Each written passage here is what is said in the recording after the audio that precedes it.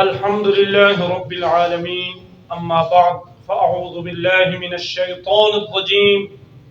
بسم الله الرحمن الرحيم ووصينا الإنسان بوالديه حسنا صدق اللہ العظیم۔ رب ذوالجلال نے اس آیت میں انسان کو تاکید فرمائی کہ اپنے ماں باپ کے ساتھ حسن سلوک کرے۔ اگر وہ دونوں شرک کا کہتے ہیں جس کے بارے میں انسان جانتے نہیں ہے،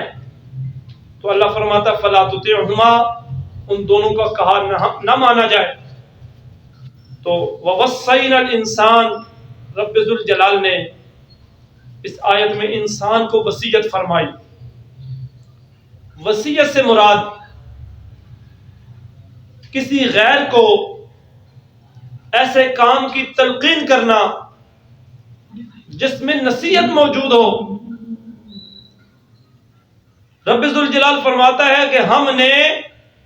انسان کو اپنے والدین کے ساتھ حسن سلوک کرنے کا حکم دیا، اور انتہائی خوبصورت حکم، جو حکم بھی حسین و جمیل ہے، خوبصورت ہے، گویا کہ وہ اپنی ذات میں بہت زیادہ حسن پائے جانے کی وجہ سے سراپائے حسن ہو، اور وہ فعل اس کے والدین کے شایان شان ہو، یعنی ان کے ساتھ حد درجہ نیک سلوک کرے اور ہمیشہ ان پر مہربان رہے، رحمت، شفقت اور رافت کا بازو ہمیشہ وَقُلْ رَبِّ ارْحَمْهُمَا كَمَا رَبَّيَانِي صَغِيرًا، شفقت کے بازو ان کے لیے پھیلائے رکھے۔ اور یہ بھی کہا گیا، علامہ قاضی ثناء اللہ پانی پتی رحمۃ اللہ علیہ نے اپنی تفسیر مظہری میں یہ بھی لکھا ہے کہ اس کا معنی ہے وَوَصَّيْنَا، کہ اس کا معنی ہے کہ ہم نے صاحب حسن انسان کو حکم دیا ہے کہ اپنے والدین کے ساتھ اچھا سلوک کرے، عمل بھی اچھا ہے، اور جس انسان کو حکم دیا جا رہا ہے وہ بھی اچھا ہے۔ مسلم شریف، ترمذی شریف، علامہ بغوی نے ابن ابی حاتم سے یہ روایت نقل کی ہے کہ اس آیت کریمہ کا شان نزول حضرت سعد بن ابی وقاص رضی اللہ تعالی عنہ، جو کہ عاشرہ مبشرہ صحابہ میں سے ہیں، جو السابقون الاولون میں جن کا شمار ہے، کہ ان کے بارے میں اس آیت کریمہ کا نزول ہوا کہ جب آپ نے اسلام قبول فرمایا، اب مشرف با اسلام ہوئے، رسول اللہ صلی اللہ علیہ وآلہ وسلم کی بارگاہ میں حاضر ہو کر کے رسول اللہ صلی اللہ علیہ وآلہ وسلم کی ذات پر، اپنے رب پر ایمان لائے، اللہ کی وحدانیت کا اقرار کیا، رسول اللہ صلی اللہ علیہ وآلہ وسلم کی رسالت کا اقرار کیا، شرف صحابیت سے مشرف ہوئے، اور دولت اسلام سے مشرف ہوئے، رسول اللہ صلی اللہ علیہ وآلہ وسلم کی بارگاہ کے آقا علیہ الصلوۃ والسلام کے پیروکاروں میں، آقا علیہ الصلوۃ والسلام کے غلاموں میں جب آپ شامل ہو گئے، کلمہ پڑھ لیا، اب شرک کی دلدل سے نکل کر بارگاہ رسالت مآب صلی اللہ علیہ وآلہ وسلم میں جب دین اسلام کو الیوم اکملت لکم دینکم واتممت علیکم نعمتی ورضیت لکم الاسلام دینا، رب ذوالجلال کا پسندیدہ دین، رضینا باللہ ربا وبالاسلام دینا وبمحمد صلی اللہ علیہ وآلہ وسلم نبیا ورسولا، رضیت باللہ ربا وبالاسلام دینا وبمحمد صلی اللہ علیہ وآلہ وسلم نبیا ورسولا۔ جب اللہ کا پسندیدہ دین بارگاہ رسالت مآب میں حاضر ہو کر کے قبول فرما لیتے ہیں، آپ کی والدہ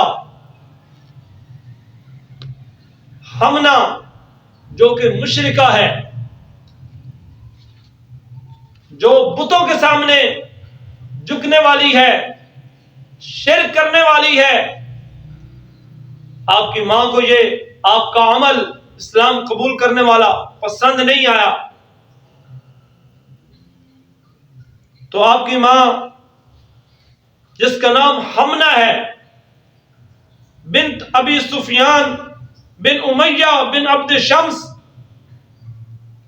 تو آپ کی ماں نے حضرت سعد بن ابی وقاص رضی اللہ تعالی عنہ کو اسلام قبول کرنے سے روکا اور بار بار ترغیب دلائی کہ جو تو نے نیا اسلام قبول کر لیا ہے، نیا دین اختیار کر لیا ہے، کلمہ پڑھ کر کے مسلمان ہو گئے ہو، ماں بار بار یہ ترغیب دلا رہی ہے، بار بار اپنے بیٹے حضرت سعد بن ابی وقاص رضی اللہ تعالی عنہ کو باپ دادے کے دین کی طرف واپس مڑنے کا کہہ رہی ہے۔ حضرت سعد بن ابی وقاص رضی اللہ تعالی عنہ کو پھر سے شرک کی دلدل میں اور پھر سے 360 خداؤں کے سامنے، لات منات عزا ہبل ود سوا یغوث یعوق نصر کے سامنے دوبارہ جھکنے کے لیے، دوبارہ ان کو اپنا الہ ماننے کے لیے بار بار کہہ رہی ہے، بار بار مجبور کر رہی ہے۔ یہ کیسے ہو سکتا ہے کہ جنہوں نے رسول اللہ صلی اللہ علیہ وآلہ وسلم کی زیارت کر لی ہو، رسول اللہ صلی اللہ علیہ وآلہ وسلم کی محبت ادب اور عشق کا جام پی لیا ہو، پھر بارگاہ رسالت مآب صلی اللہ علیہ وآلہ وسلم کی بارگاہ کا جام پینے کے بعد پھر یہ ممکن ہی نہیں پھر دوبارہ شرک میں دوبارہ شرک کی طرف واپس لوٹا جائے، اور جنہوں نے رسول اللہ صلی اللہ علیہ وآلہ وسلم کے چہرے انور کو تک لیا، بارگاہ رسالت مآب کی حاضری سے مشرف ہو گئے، رسول اللہ صلی اللہ علیہ وآلہ وسلم کو دیکھ لیا، سراپا حسن و جمال کو اپنی سر کی آنکھوں سے دیکھ لیا، اب یہ کیسے ممکن ہے اور یہ کیسے ہو سکتا ہے کہ اب بارگاہ رسالت مآب سے پھر واپس ہو جائے؟ اللہ کی وحدانیت، رب ذوالجلال کی الوہیت کا پھر انکار کر دے؟ ہو ہی نہیں سکتا۔ اس لیے کہ رسول اللہ صلی اللہ علیہ وآلہ وسلم نے اب وہ سبق پڑھا دیا ہے، وہ عشق، وہ اللہ کی وحدانیت کا جام پلا دیا ہے کہ مرنے کے بعد بھی اس کا اثر ختم نہیں ہوگا۔ اب آپ کی ماں بار بار مجبور کرتی ہے، تو رب ذوالجلال تو فرماتا ہے وَإِن جَاهَدَاكَ لِتُشْرِكَ بِي مَا لَيْسَ لَكَ بِهِ عِلْمٌ فَلَا تُطِعْهُمَا، اگر تمہارے ماں باپ دونوں، ماں اور باپ، تمہیں کوشش کریں کہ تو اللہ کے ساتھ شرک کر، مَا لَيْسَ لَكَ بِهِ عِلْمٌ،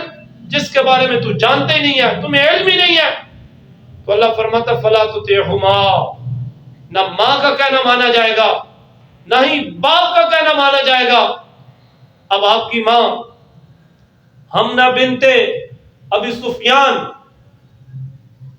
بن امیہ بن عبد شمس، وہ بار بار مجبور کرتی ہے اور بار بار اپنے حربے، اپنے طریقے اختیار کر رہی ہے کہ کسی طریقے سے میرا بیٹا رسول اللہ صلی اللہ علیہ وسلم کا دین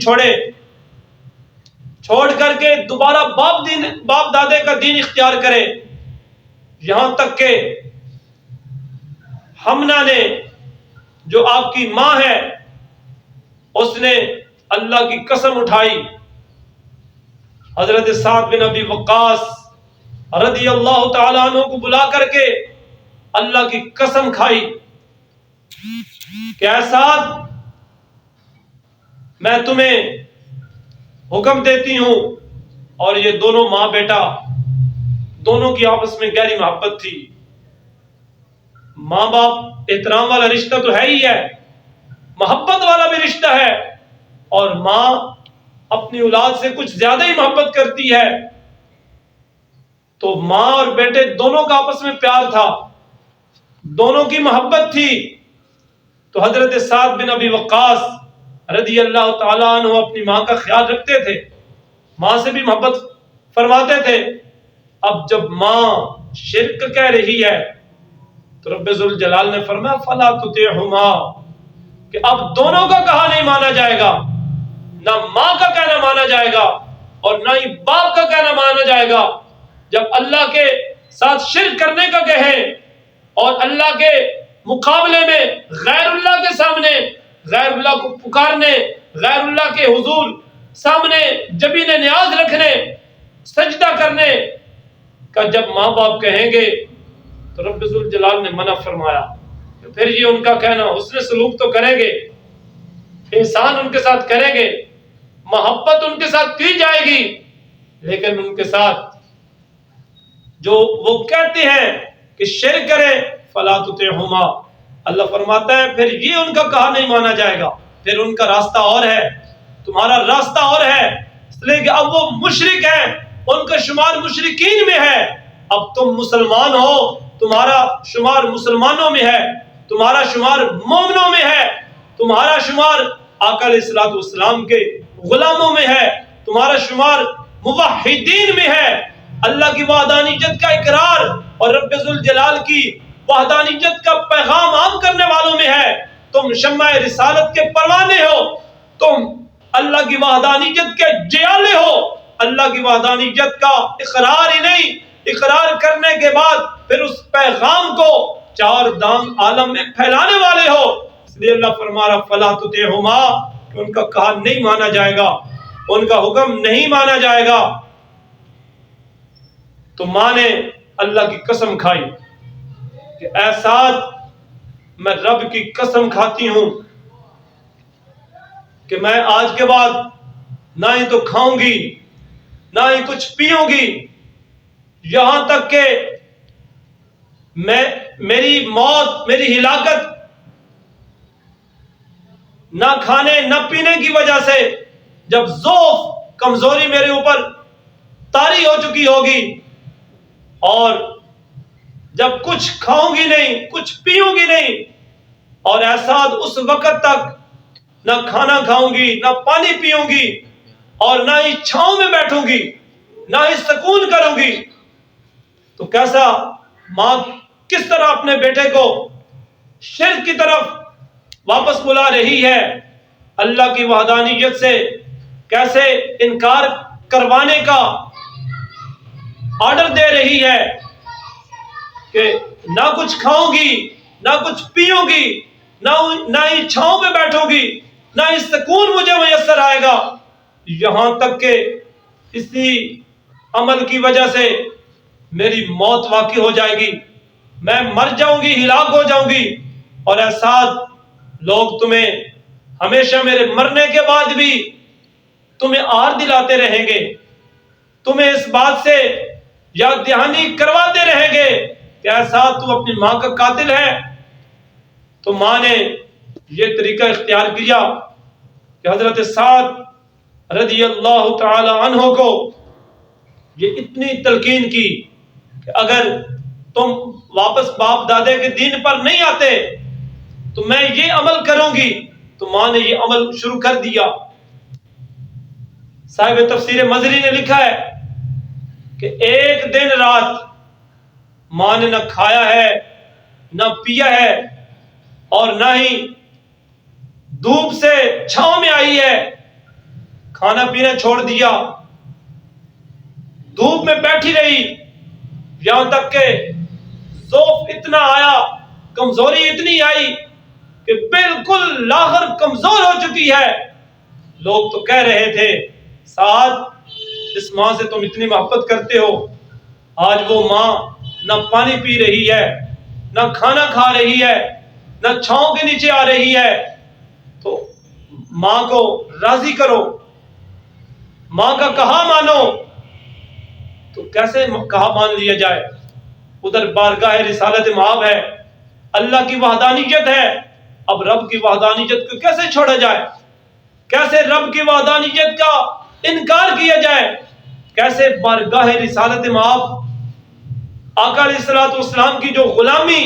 آپ کو نصیب ہوئی ہے اس کو کیسے چھوڑیں؟ اب جو ہے سورج بجائے مشرق سے مغرب سے تو طلوع ہو سکتا ہے, لیکن سعد بن ابی وقاص رضی اللہ تعالی عنہ نے جو غلامی رسول قبول کی ہے, موحدین میں آپ شامل ہوئے ہیں, اللہ کی وحدانیت کا اقرار کیا ہے, اب دوبارہ شرک کی دلدل میں واپس نہیں آ سکتے. اب ماں مختلف حربے مختلف طریقے اختیار کر رہی ہے, یہاں تک کہ مختلف تفاسیر کا مطالعہ کرنے سے کہ ایک دن رات جب گزر جاتا ہے تو آپ کی ماں کچھ نہیں کھاتی پیتی, اور پھر جب دوسرا دن آتا ہے پھر دوسرا دن بھی ایسے ہی کھائے پیے بغیر گزرتا ہے. اور یہاں تک کہ علامہ قاضی ثناء اللہ پانی پتی علامہ بغوی کے حوالے سے لکھتے ہیں کہ جب تیسرا دن بھی گزرا, تیسرا دن بھی اور رات بھی گزر گئی, تو لوگوں نے کہا کہ اب تمہاری ماں اتنی لاغر ہو چکی ہے, کمزور ہو چکی ہے کہ کمزوری کی وجہ سے بے ہوشی کے دورے پڑ رہے ہیں, بے ہوش ہو رہی ہے. اتنی نکاہت ذوق اتنی کمزوری ہو جاتی ہے کہ ماں کو ہوش بھی نہیں آ رہی. لیکن اتنا پتہ ہے کہ دماغ بھی سلامت ہے, آنکھیں بھی سلامت ہیں, صرف بھوک کی وجہ سے نڈھال ہے. تو سوچ رہی ہے کہ اب یہ کیفیت میری دیکھ کر کے حضرت سعد بن ابی وقاص رضی اللہ تعالی عنہ واپس اپنے باپ دادے کے دین کو قبول کریں گے, واپس شرک میں آ جائیں گے, شرک بت پرستی کے ماحول کو دوبارہ جوائن کریں گے. یہ ماں جانتی نہیں ہے, جس نے عشق رسول کا جام پی لیا ہے, اللہ کی وحدانیت موحدین میں جو شامل ہو گیا ہے, اس کے سامنے دنیا کا کوئی بھی رشتہ آ جائے اور دنیا کی بڑی بڑی اگر آفرز اس کے سامنے رکھ دی جائیں تو وہ جوتے کی نوک پہ رکھے گا, ان ساروں کو ٹھکرا کے رکھ دے گا, ساروں کو پاش پاش کر دے گا. اللہ کی وحدانیت سامنے رہے گی, رسول اللہ صلی اللہ علیہ وسلم کا دین سامنے رہے گا. اب دین سے انکار نہیں ہوگا. جب 3 دن اور 3 راتیں گزر گئیں, سعد بن ابی وقاص رضی اللہ تعالیٰ عنہ کی طرف بار بار پیغامات بھیجے جا رہے ہیں, تمہاری ماں کی یہ کیفیت ہو رہی ہے, ماں مر جائے گی. تو لوگ جو ماں کہہ رہی تھی کہ اگر میں اس حالت میں مر گئی, میرے مرنے کے بعد بھی لوگ تمہیں یاد دلاتے رہیں گے. حضرت سعد بن ابی وقاص رضی اللہ تعالی عنہ جب 3 دن 3 راتیں گزری تو حضرت سعد اپنی ماں کے پاس آتے ہیں اور اپنی ماں کو آ کر کے کہتے ہیں, یا اماہو, اے میری ماں, لو کانت لکی میعۃ نفس فخرجت نفسا نفسا. اپنی ماں کو کہتے ہیں, اے میری ماں, اگر تیرے لیے 100 جانیں ہوتی. یہ حضرت سعد بن ابی وقاص رضی اللہ تعالی عنہ آپ کے یہ جملے سونے کے پانی کے ساتھ لکھنے والے اور اپنے دماغوں کے اندر دلوں کے اندر منقش کرنے والے کہ آپ اپنی ماں کو، جس ماں سے بڑی محبت ہے، جس ماں کا بڑا ہی احترام ہے، اس ماں کو اتنے دنوں کے بعد جس نے کھایا پیا کچھ نہیں، نہ قحط کمزوری کی وجہ سے غشی کے دورے پڑ رہے ہیں، زمین پر گری ہوئی ہے، تو حضرت سعد بن ابی وقاص رضی اللہ تعالیٰ عنہ اپنی ماں سے جو گفتگو فرماتے ہیں، جو اپنی ماں کو واعظ فرماتے ہیں، قیامت تک آنے والے لوگوں کے لیے یہ پیغام ہے جنہوں نے ابھی تک اسلام قبول نہیں کیا، ابھی تک بت پرستی میں مشغول ہیں، اب رسول اللہ کا دین آ گیا، اب شرک ختم ہو گیا، اس لیے کہ شرک نے ختم ہونا تھا۔ رسول اللہ صلی اللہ علیہ وسلم جب 360 خداؤں کو اپنے ہاتھ سے توڑ رہے ہیں، پاش پاش کر رہے ہیں، تو پھر لوگوں کے دلوں سے بت پرستی نکل نہیں رہی، اور کبھی کسی کے دروازے پہ، کبھی کسی کے دروازے پہ، اور کبھی کسی بت کے سامنے، کبھی کسی بت کے سامنے، بار بار اپنی تذلیل، اپنی ذلت، اپنی رسوائی، خود کو رسوا ذلیل کرنے کے لیے جگہ جگہ بتوں کے سامنے اور بتوں کے ماحول میں، بتوں کی انوائرمنٹ کے اندر اپنی مرادیں پوری کروانے کے لیے اللہ کو چھوڑ کر کے بتوں کے سامنے جا کر کے جھکتے بھی ہیں، اور جھک کر کے ان بتوں کو کہتے ہیں کہ تم ہمارے خدا ہو۔ وہ جس کو اپنی خبر نہیں ہے، جو ایک جگہ سے دوسری جگہ حرکت نہیں کر سکتا، وہ مدد کیسے کر سکتا ہے؟ تو حضرت سعد بن ابی وقاص رضی اللہ تعالیٰ عنہ اپنی ماں کو فرماتے ہیں، یا اماں ہو، اے میری ماں، لو کانت لکی مئۃ نفس، کہ اگر تیرے لیے 100 جانیں ہوتی، ایک جان نہیں، 50 نہیں، 80 90، بلکہ فرمایا تیری 100 جانیں ہوں، اے میری ماں، اگر تیری 100 جانیں ہوں، فخرجت نفسا نفسا، تو وہ تیری 100 جانیں ایک ایک کر کے، پہلے ایک نکل جائے، پھر دوسری نکل جائے، نفسا نفسا، ایک ایک کر کے تمہاری جانیں نکلتی رہیں۔ اور کیا بات، حضرت سعد بن ابی وقاص رضی اللہ تعالیٰ عنہ اپنی ماں سے کیسا خطاب فرما رہے ہیں، اپنی ماں کو تربیت بھی دے رہے ہیں کہ ماں، میں مسلمان ہو چکا ہوں، میں اللہ کی وحدانیت کا اقرار کر چکا ہوں، بارگاہ رسالت کا متوالا غلام بن چکا ہوں، اے ماں تو بھی جلدی آ، رسول اللہ صلی اللہ علیہ وسلم کی بارگاہ کی خادمہ بن جا، تو بھی اپنے ایک اللہ کے حضور جھکنے والی بن جا، رسول اللہ صلی اللہ علیہ وسلم کو جو رب نے دین دیا اس دین کو قبول کر لے۔ اب ماں تو مشرکہ ہے، بالکل بھی اثر نہیں ہو رہا، تو حضرت سعد رضی اللہ عنہ فرماتے ہیں، فخرجت نفسا نفسا، کہ تیری 100 جانیں ایک ایک ہو کر کے نکل جائیں۔ ما ترکت دینی، حضرت سعد بن ابی وقاص فرماتے ہیں کہ جو دین میں نے قبول کر لیا ہے اس دین کو میں کبھی بھی نہیں چھوڑ سکتا۔ ان شئتی کلی،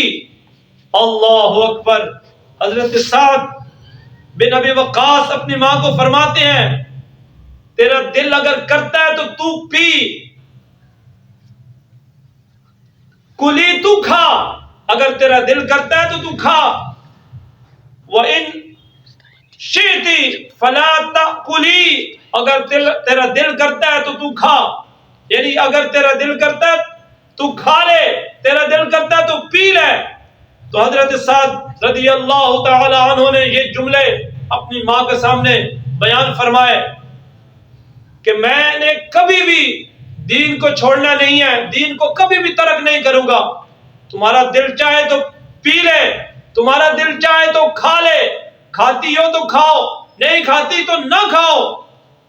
فلما آئیست منہ، تو اب ماں نے جب حضرت سعد بن ابی وقاص رضی اللہ تعالیٰ عنہ کے یہ جملے سنے، اب ماں مایوس ہو چکی ہے، اب ماں مایوس ہو گئی کہ اتنا بڑا اس کے سامنے میں نے یہ پلان کیا ہے، اتنا اس کے سامنے جادوگری کی ہے،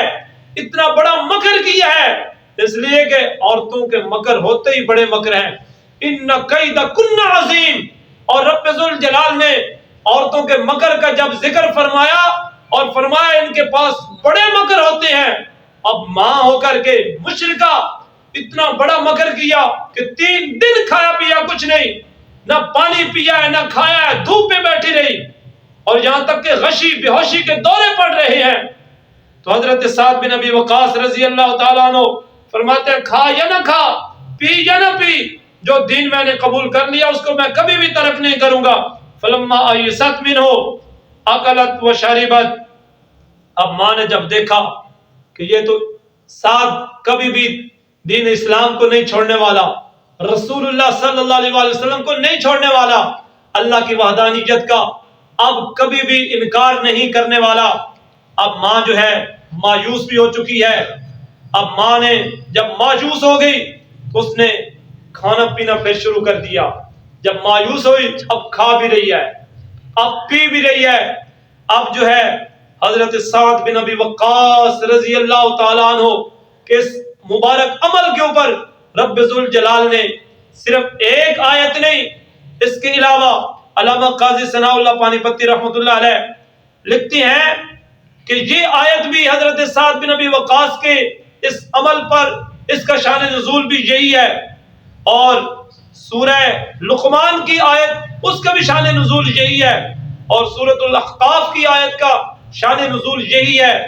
اور وَوَصَّيْنَا الْإِنسَانَ بِوَالِدَيْهِ حُسْنًا وَإِنْ جَاهَدَاكَ لِتُشْرِكَ بِي مَا لَيْسَ لَكَ بِهِ عِلْمٌ فَلَا تُطِعْهُمَا إِلَيَّ مَرْجِعُكُمْ فَأُنَبِّئُكُمْ بِمَا